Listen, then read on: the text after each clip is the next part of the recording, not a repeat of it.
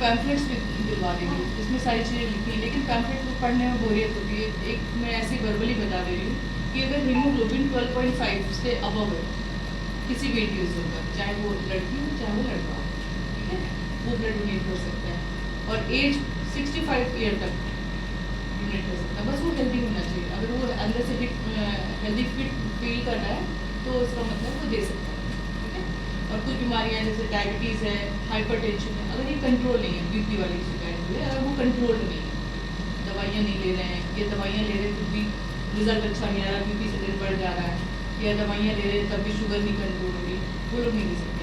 और अगर वो सिंपली दवाइयाँ खा के अपने कंडीशन को कंट्रोल कर ले जा रहे हैं, शुगर बढ़िया नॉर्मल रखे हुए, दवाइयाँ रेगुलर टाइम पर, तो इवन वो लोग भी दे सकते हैं, वो लोग भी दे सकते हैं।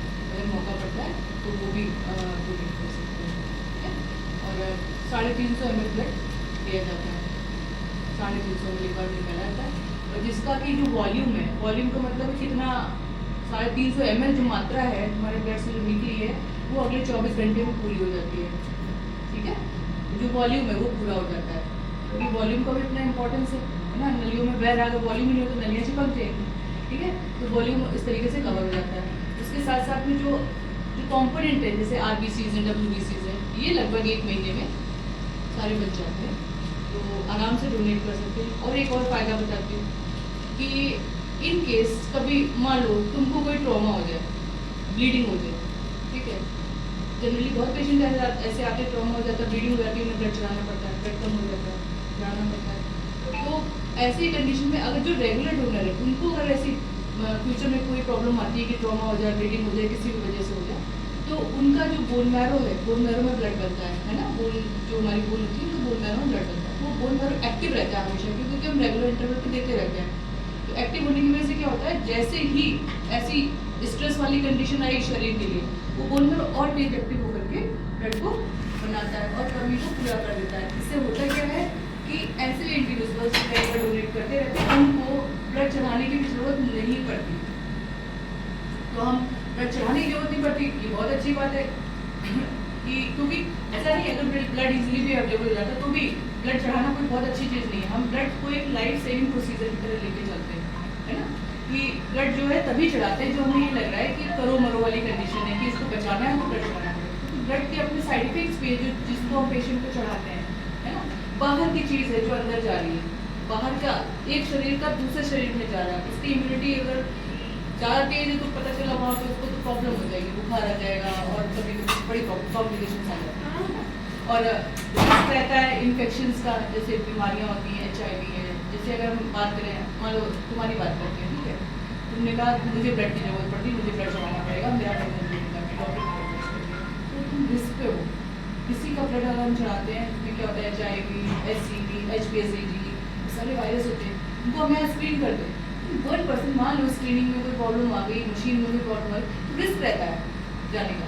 क्या है, हम डोनेट कर रहे हैं, किसी का भला तो कर रहे हैं, क्योंकि जीवन बचा रहे हैं किसी का। तो रिस्क और जीवन बचाने में रिस्क छोटी है, जीवन बचाना ज़्यादा बड़ा जरूरी है। जीवन रहेगा तो आगे HIV भी झेल लेंगे, है ना, जीवन नहीं रहेगा तो HIV कैसे चलेगी।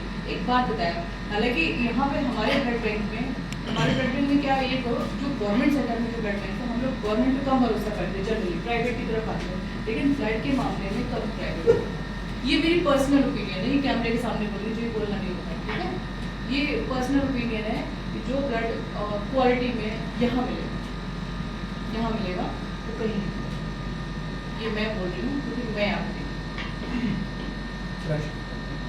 जैसे अच्छा कहिए, वो भी गवर्नमेंट का सिस्टम है, हमारे सिस्टम है ना, तो हम लोग आ जाएंगे एक बच्चों का एजुकेशनल क्लास दे देंगे, जिससे इन सबका भी भला हो जाएगा, ब्लड बैंक का भी भला होगा, पब्लिक का भी भला होगा, सारी चीजें हो जाएगी।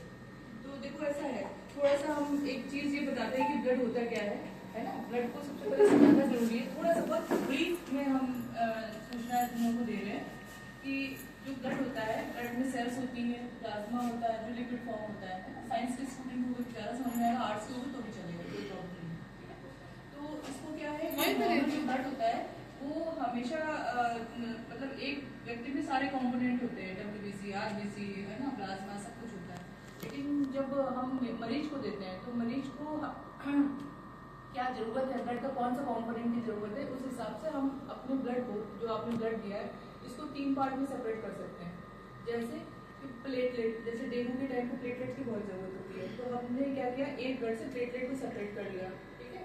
फिर उसके बाद में किसी को ब्लड की कमी, अनीमिया हो गया जिसको बोलते हैं ना, खून की कमी होना, जनरली महिलाओं में ज्यादा मिलती है, डिलीवरी के टाइम पे खून की कमी हो जाती है, तो हमने आरबीसी को अलग कर लिया, ठीक है। बचा वो प्लाज्मा, जैसे कभी रोड ट्रैफिक एक्सीडेंट में कोई आता है, अचानक से ब्लड लॉस हो गया बहुत सारा, तो सिर्फ वॉल्यूम चला गया, 5 लीटर का 2 लीटर बचा, तो हम वॉल्यूम पहले पुशअप करते हैं। वो जो प्लाज्मा होता है ना, वो उसके काम आता है। बर्न के पेशेंट होते हैं, कोई जल गया है, उसमें वॉल्यूम बहुत लॉस हो जाता है।